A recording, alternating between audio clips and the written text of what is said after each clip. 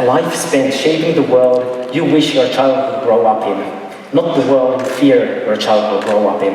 That's a life well spent. And for me, I realize that time is limited for all of us. So technology, we need to decide what we do with those godlike powers that it gives us. Because technology in itself, it's not good or evil. You girls and guys know what this is? Yes, it's a Predator drone. It's an unmanned aerial vehicle that can fly over Pakistan and fire a missile into a village, maybe kill a terrorist, based on the latest research data, usually killing innocents. It's also the same craft that can fly over a disaster area, find lives to be saved, give hope to humanity.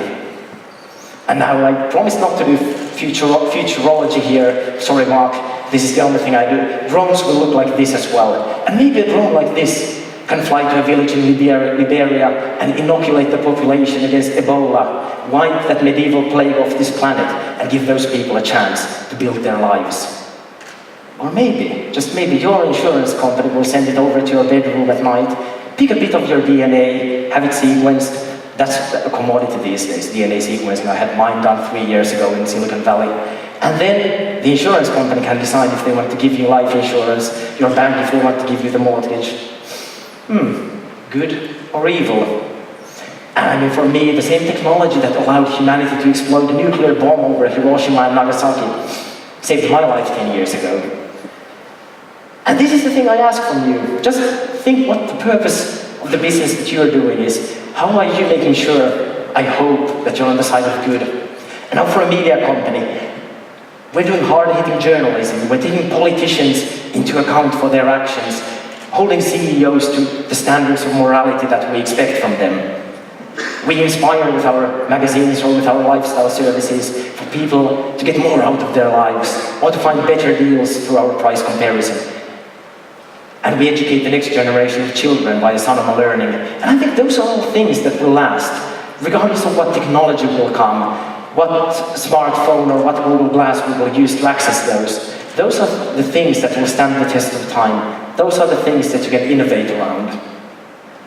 But we need to do it together. That's why I believe in partnerships, and I hope to engage here with a lot of you to think what we can do together. Because I believe innovation always resides at the crossroads of industries, not within one domain only.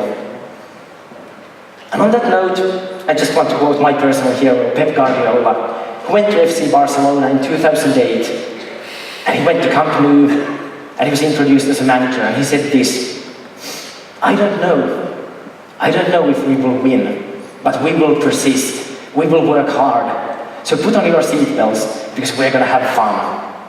Now they had fun, they won everything you can win in football. But I think it's that attitude of not claiming to know the future, working hard, with passion, persisting, and having fun that makes the difference.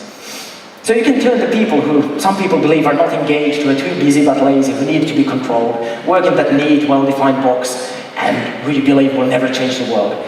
You can turn those people into superheroes. You can make them passionate. You can make them smart. You can help them be smart. And then they'll be autonomous superstars who break the box and who help you and your company change the world. Now, coming from the Netherlands, I want to end with a picture of windmills. They are beautiful, aren't they? But it's actually a Chinese proverb that I want to leave you with. And it goes like this: when the winds of change blow, some people hide and build bunkers, but some people build windmills. And I hope you all came to Eurobest to build those windmills. So let's take a look at the case study. Every year, over 11 billion searches about hair are made on Google, but it's not branded products that women are looking for. It's solutions to problems and inspiration for styles. And they want to know how to do these things themselves.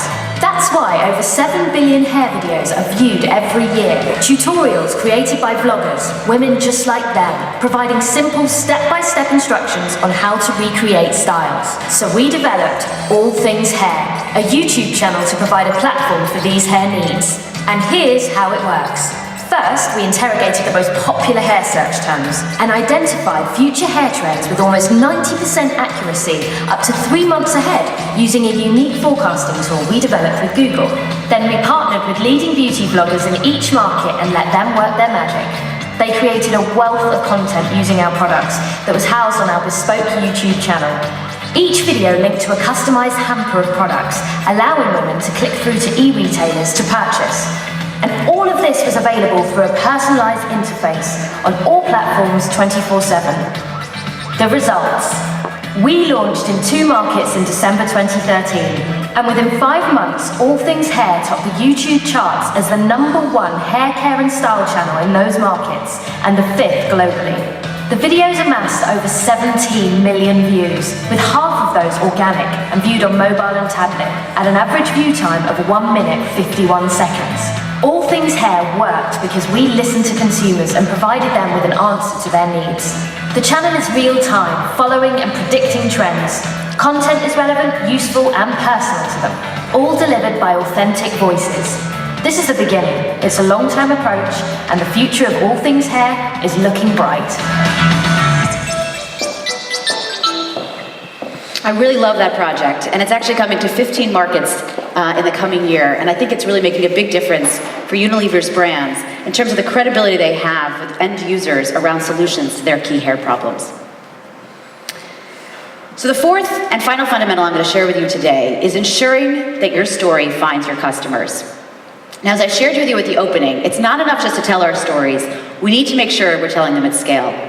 One of the risks that we always identified at Unilever around activities we were doing in digital was making sure we weren't building cathedrals in the desert. Beautiful formations that actually no customer would ever find. And this really is a risk, and I hate to burst your viral video bubble, but it's really impossible for people to share videos if they've never seen them before. And it's really never going to drive your business forward if you're not getting the scale you need with video distribution. So ultimately, it's critical that we think about the distribution of the stories as much as we do about the creation of them. Now, here are 3 amazing examples of creative that was created for the YouTube platform. Long-form stories, amazingly emotional stories.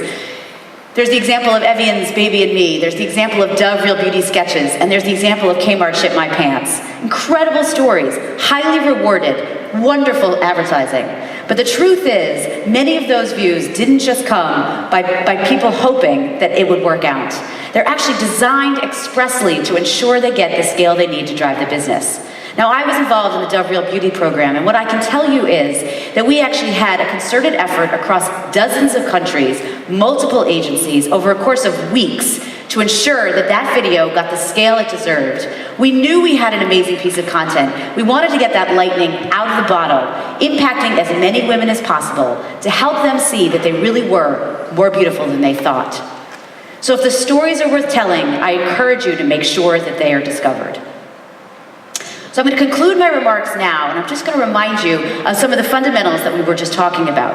Ultimately, storytelling at scale on YouTube requires the same kind of rigor, the same kind of thought that you put into the creative that you create every single day. But the 4 fundamentals that are sort of unique to YouTube that I encourage you to think about are taking the story further. Think about that example from Elisa, creating sequential stories, breaking the bounds of what's possible in television, and think about the full creative expression that's possible with this platform.